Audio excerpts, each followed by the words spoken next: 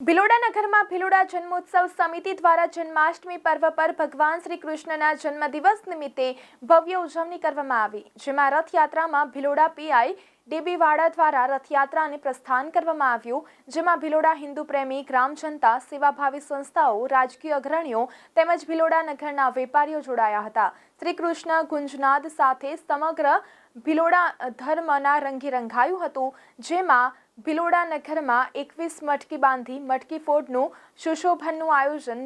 ભિલોડા જન્મોત્સવ સમિતિના કાર્યકર મનીષભાઈ પટેલ, સંજયભાઈ પટેલ, હરિઓમભાઈ પંડ્યા, પ્રતિક ભાવસાર, હરેશભાઈ ભાટિયા, કિશનભાઈ ભોઈ, ભાવેશ ભોઈ, યોગેશ સોની,